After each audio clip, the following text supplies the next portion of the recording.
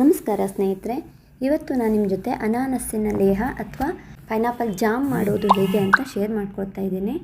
ಅನಾನಸ್ಸಿನ ಲೇಹ ಅಥವಾ ಪೈನಾಪಲ್ ಲೇಹ ಅಥವಾ ಜಾಮ್ ಮಾಡೋದು ಹೇಗೆ ಅಂತ ಶೇರ್ ಮಾಡ್ಕೊಳ್ತಾ ಇದ್ದೀನಿ. ಮೊದಲನೇದಾಗಿ ನಾವಿಲ್ಲಿ ಒಂದು 5 ಪೈನಾಪಲ್ ಅಥವಾ ಅನಾನಸ್ ಹಣ್ಣನ್ನು ತೆಗೆದುಕೊಂಡಿದ್ದೀವಿ. ಅನಾನಸ್ ಹಣ್ಣನ್ನು ತೆಗೆದುಕೊಂಡು ಅದನ್ನು 2 ಭಾಗ ಮಾಡಿ ಇಟ್ಕೋಬೇಕು.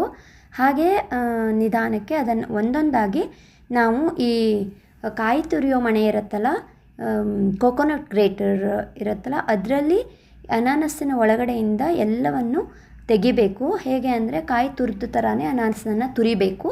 ಮಧ್ಯ ಒಂದು ಗಟ್ಟಿಯಾಗಿರುತ್ತೆ, ಅದು ಮಾತ್ರ ಬಿಟ್ಟು ಸೈಡಲ್ಲಿರೋದೆಲ್ಲ ಚಿಕ್ಕ ಚಿಕ್ಕ ಪೀಸ್ ಆಗೋ ಥರನೇ ತುರ್ಕೊತ ಬರಬೇಕು ಅನಾನಸನ್ನು.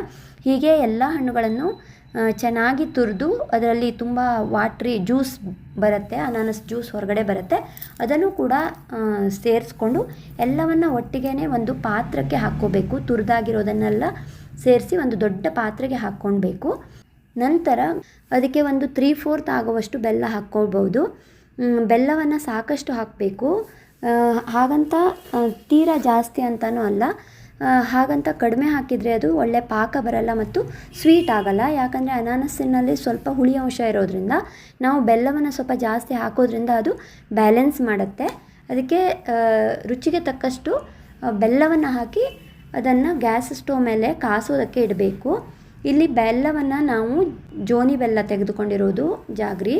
ಇಲ್ಲಿ ಯಾವ ಬೆಲ್ಲ ಬೇಕಾದರೂ ತೊಗೋಬೋದು. ಜೋನಿ ಬೆಲ್ಲನೂ ತೊಗೋಬೋದು, ಇಲ್ಲ ಗಟ್ಟಿ ಬೆಲ್ಲನೂ ಕೂಡ ಯೂಸ್ ಮಾಡ್ಬೋದು. ಯಾವುದೇ ಬೆಲ್ಲ ಆದ್ರೂ ಒಂದು ಅಂದಾಜಿನ ಮೇಲೆ ಹಾಕ್ಕೊಂಡು ಚೆನ್ನಾಗಿ ಕಾಯಿಸ್ತಾ ಬರಬೇಕು. ಅದು ಸ್ಟೋವ್ ಮೇಲೆ ಇಟ್ಟು ತುಂಬ ಹೊತ್ತು ಬೇಕಾಗುತ್ತೆ. ಇದಕ್ಕೆ ತುಂಬ ಟೈಮ್ ಬೇಕು ಮಾಡೋದಕ್ಕೆ, ಬೇಗ ಆಗಿಬಿಡಲ್ಲ. ಅದಕ್ಕೇ ನಾವು ಶುರುವಲ್ಲಿ ನಾವು ಅದನ್ನು ಗ್ಯಾಸ್ ಮೇಲೆ ಇಟ್ಟು ಅದ್ರ ಪಾಡಿಗೆ ಅದು ಕುದಿಯೋದಕ್ಕೆ ಬಿಟ್ಬಿಟ್ಟು ನಾವು ಬೇರೆ ಕೆಲಸನೂ ಕೂಡ ಮಾಡ್ಕೋತಾ ಇರ್ಬೋದು.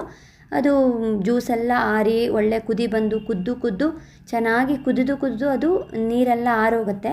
ಜ್ಯೂಸೆಲ್ಲ ಆರಿ ಹೋಗಿಬಿಟ್ಟು ಬೆಲ್ಲ ಕೂಡ ಒಳ್ಳೆ ಪಾಕ ಬರೋದಕ್ಕೆ ಶುರುವಾಗುತ್ತೆ. ಕಲರ್ ಕೂಡ ಚೇಂಜ್ ಆಗುತ್ತೆ.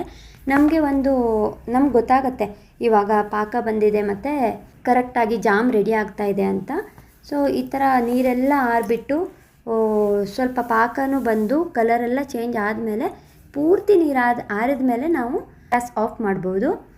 ನಮಗೆ ಅದರ ಕಲರ್ ನೋಡಿನೂ ಗೊತ್ತಾಗ್ಬಿಡುತ್ತೆ. ಈ ಥರ ಕಾಸಿ ಇಟ್ಕೊಳ್ಳೋದ್ರಿಂದ ಎಷ್ಟೊಂದು ಟೈಮ್ ನಾವು ಕಾಸಿ ಪೂರ್ತಿ ಪಾಕನೂ ಬಂದಿರುತ್ತೆ ಮತ್ತು ಚೆನ್ನಾಗಿ ನೀರೆಲ್ಲ ಆರಿರುತ್ತಲ್ಲ, ಇದನ್ನ ನಾವು ವರ್ಷಾನುಗಟ್ಟಲೆ ಇಟ್ಕೊಂಡು ಬಳಸ್ಕೋಬೋದು. ತುಂಬ ಅಂದರೆ ತುಂಬ ರುಚಿಯಾಗಿರುತ್ತೆ. ನಾವು ಇದನ್ನು ದೋಸೆಗೆ ಹಚ್ಕೊಂಡು ತಿನ್ಬೋದು. ಬೆಳಗ್ಗೆ ದೋಸೆ ಮತ್ತು ತುಪ್ಪ ಒಟ್ಟಿಗೆ ತಿನ್ಬೋದು. ಹಾಗೆ ಕೂಡ ಬಾಯಲ್ಲಿ ತಿನ್ಬೋದು. ಚಪಾತಿಗೆ ಹಚ್ಕೊಂಡು ತಿನ್ಬೋದು. ಮಕ್ಕಳಿಗೂ ತುಂಬ ಇಷ್ಟ ಆಗುತ್ತೆ ಮತ್ತು ಎಲ್ರಿಗೂ ತುಂಬ ಇಷ್ಟ ಆಗುತ್ತೆ. ಹೆಲ್ದಿ ಕೂಡ. ಮತ್ತು ನಾವು ಜಾಗರಿಯನ್ನು ಇಲ್ಲಿ ಬಳಸಿರೋದ್ರಿಂದ ಜಾಸ್ತಿ ಹೆಲ್ದಿ ಅಂತ ಅನಿಸುತ್ತೆ. ನಾವು ಹೆಲ್ತ್ ಕಾನ್ಷಿಯಸ್ ಇದ್ರೂ ಇದು ತುಂಬ ಹೆಲ್ದಿಯಾಗಿರುತ್ತೆ. ಅದೇ ಶುಗರ್ನ ಅವಾಯ್ಡ್ ಮಾಡೋದ್ರಿಂದ ನಾವು ಹೆಲ್ದಿ ಫುಡ್ಡನ್ನು ಕೂಡ ತಿನ್ನಂಗಾಗುತ್ತೆ. ಸೊ ನಿಮಗೆ ಈ ಥರ ಮಾಡ್ಕೋಬೇಕನ್ಸಿದ್ರೆ ಮಾಡಿ ನೋಡಿ. ತುಂಬ ಅಂದರೆ ತುಂಬ ರುಚಿಯಾಗಿರುತ್ತೆ.